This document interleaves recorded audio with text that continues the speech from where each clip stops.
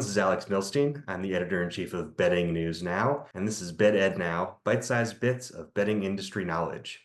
Today, my guest is Dr. Kim Lemke. She is a clinical psychologist and a sleep coach, and we are so excited to have her on the show today. Welcome, Kim.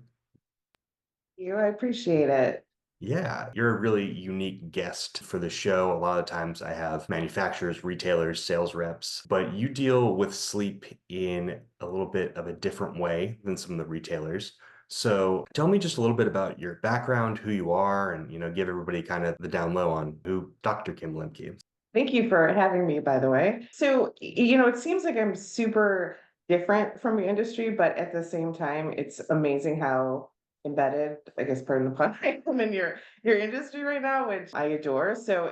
I had started years ago and became a clinical psychologist, opened up my own group practice, and really just focused on mental health. So focused on anxiety, depression, parenting, people who were selling their businesses, growing the businesses, and really just sort of helped coach people through whatever was going on in their life. And what we found over and over again was that people's sleep was an issue. It didn't even matter. It didn't matter if you were in my office seeing me, it didn't matter if you were a friend. It like everybody was having issues with sleep. So I ended up going back and getting some more training and some more education to help specifically with sleep.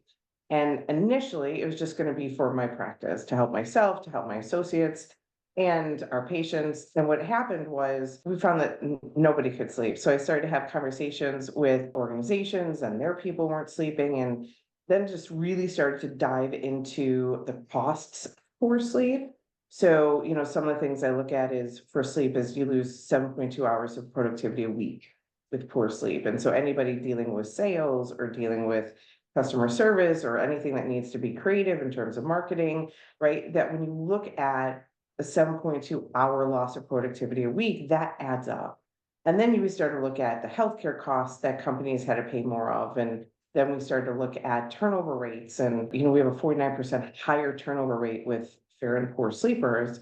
And so any industry that does any training, which is almost every industry, we really looked at it in terms of people are not benefiting from their training because they're compromised with poor sleep. And so then I started to go into organizations and really help them understand costs of poor sleep so that their people sleep better. And I think it was about a year or so ago, went in and I believe it was Sleep Summit and did a keynote on sleep for the industry and just met I love your industry. I mean, it's just you're great, And so just I'm so welcomed, and people kept reaching out like, "Hey, we sell mattresses, but we don't sell sleep. We don't even know how to sleep." And none of them knew how to sleep. They were like, "We don't sleep." I'm like, "But you're selling the mattresses, right?" Like, and so we started to have a conversation and really just sort of created a system to where we can help mattress industry salesmen and really anybody in the mattress industry, even customers, understand how to sleep better so that, I think about sleep as like a football game. So, mattresses and everything done in the evening is that fourth quarter. But we really, really have to look at those first three quarters in order to win at sleep. So when they come into mattress stores and industries and, they're looking at everything that they need, which they do need for a good mattress, we also have to understand what they need to do during their day so that they use your mattress the best way they can use your mattress in the evening at night. Yeah, definitely. I think that's a really cool angle that people in our industry probably don't think about as much. They sell the sleep all day and it's such a big message, but if they themselves are not sleeping, it's like a car salesman who doesn't own a car, who only Yes. rides a bicycle. Yes. It doesn't quite line up. So I think, Yes. that's a really important and overlooked aspect of our industry, when we're talking about sleep. So let's talk about something that I think is really interesting you brought up. You said that sleep is a daytime issue. Now, that might sound contrary to some people. So explain what you mean by that.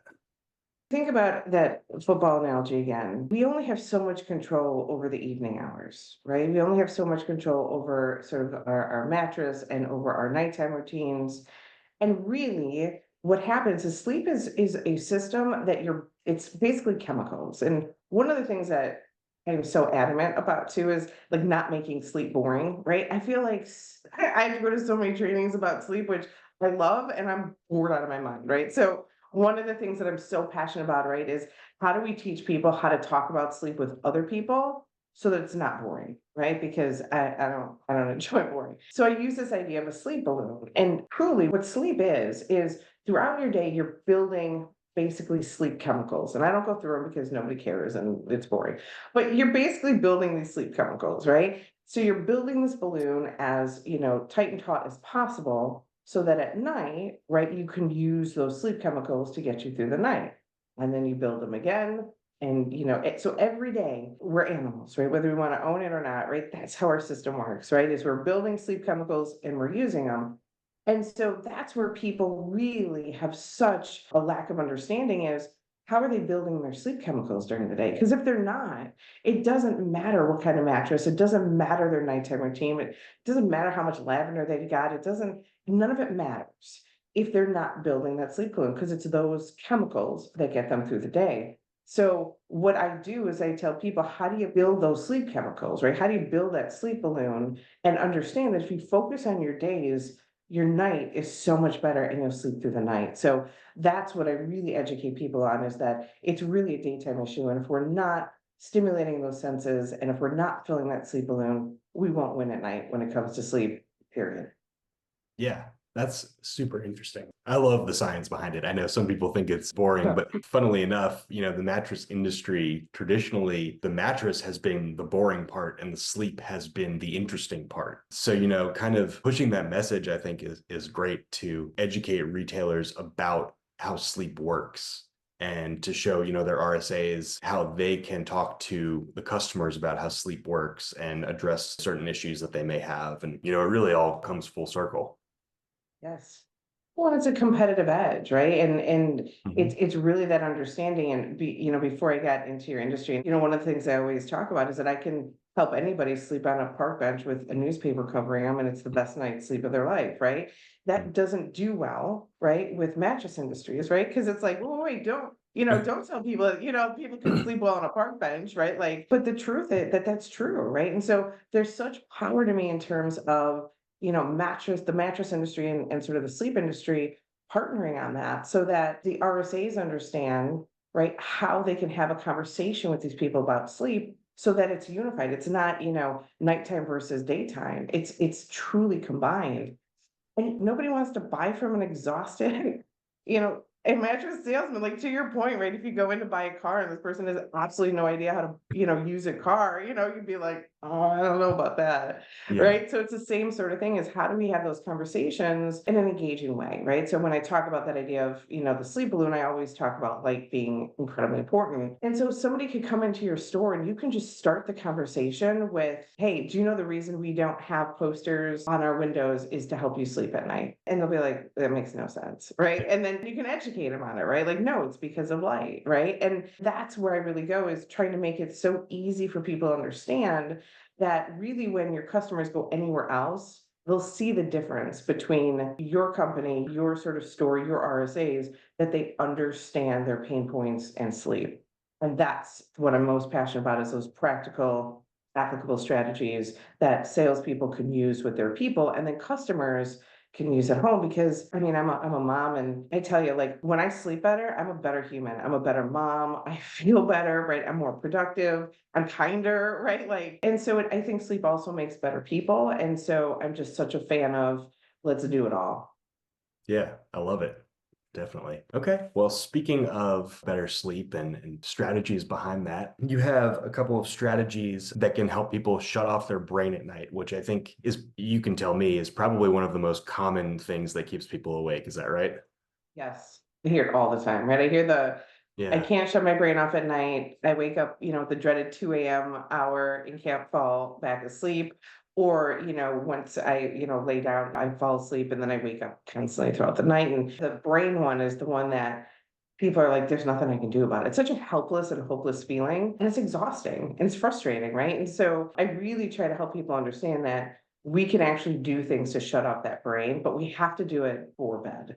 So one of the things that I am really passionate about educating people on is if about 2 hours before bedtime, you pre-think basically what you think you're going to think about that night, right? Like for the most part, we have similar thoughts that run through our brains, whether it's stuff about work or whether it's stuff about family, or it doesn't even matter, right? But you can kind of gauge probably about 2 hours before bed where your mind may go, right? Like, oh, I have this presentation to give tomorrow, or I got to increase my sales, or, I want to take the kids and, wife somewhere tomorrow and don't know where to take. It doesn't even matter what it is. It doesn't have to be like it's just a thought, right? And so what we do is we wait until bedtime.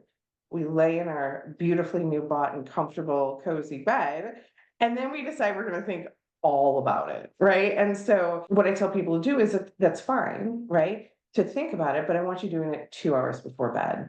So very intentionally sitting down, and there's two parts to this, right? So you sit down and you think about what might come up for you, right? So I have to, increase sales by this much tomorrow. I have our manager coming in tomorrow. I have to have a conversation with a friend I don't want to have. It doesn't matter, right? And then you look at it and say, okay, what are just the next two things I can do about it? You're not solving it, but you're looking at like the next two things, right? So if let's say it's, you have to have a conversation with a manager tomorrow that you don't want to have, right? Then 2 hours before bed, you write down, have to have a conversation with manager. And then you just write down the next two steps, right? Remember to bring X, Y, and Z, right? And I'm gonna take out my outfit before I go. So be a girl thing. Before I go and just make sure, especially because I don't iron, because I hate to iron, like just make sure it's not too wrinkled, right? So I haven't solved anything. The meeting hasn't happened. You don't even look at those as like, why would it matter? But if those are things that are gonna be on your brain, then you get them out of the way. So then at night, right, when your mind starts just pulling everything, you say, okay, we've already thought about this. So 2 hours before bed, I encourage people like retake control of your thinking. It's your brain. It's your brain, like it's your thoughts. So tell it when you want it to think, and then tell it what you want it to think about. Yeah. Yeah. And I'm sure, phones kind of come into play with that, where you're not thinking about other things, you're just on your phone. And then when you get off, you finally have time to start thinking. Or, right, you get on the phone and it's spurred new thoughts, right? Like you see pictures of Yeah. something, or it's like, oh my gosh, I'm gonna Google that now, look into that, or right. And so that phone is so hard because we're so used to that thinking pattern, right? Those constant dopamine hits that it keeps feeding us. And then we expect to lay down and be like, okay, now shh, brain, right? And it's like, what are you doing all day long? You've done this to me, right? Like, and now you're gonna let me lay down and now I'm supposed to be done? Like, it's not how we're doing it, Yeah. right? So that 2 hours before bedtime really gives it time to be like, all right, what are we gonna pre-think? And then I love that you bring up the phones, right? If we're gonna use it, just to be mindful how we're using it. Because if we're using it too close to bedtime, just feeding our brain sort of hits on stuff, doesn't have to be good or bad. It's just a constant, reel of stuff. And then we're like, why doesn't our brain shut off at night? And it's like, well, you haven't shut it off at all during the day. Like, so at night, it's like, well, so really that 2 hours before, and then be mindful about sort of what you're feeding yourself at night too. Yeah, that's great. That's very good. Well, yeah, I think those are strategies that retailers can take and use for themselves and also explain very simply to a customer coming in. So yeah, that's really interesting. So, okay, well, I think that's all that I had for today, Kim. I really appreciate you taking the time. My pleasure. Thank you for inviting me here and asking these questions and bringing sleep to the industry, because I think it's so important. And again, if we can all be a part of a system that, yes, we want to increase sales, and yes, we want to be more successful and more productive and all those things. But also, if at the end of the day, we're living better lives and we are better humans in whatever capacity we want that to be, then, let's all do it together. Yeah, absolutely. That's great. Okay. Well, thanks so much, Kim. Have a good one. Thanks for having me. Appreciate it.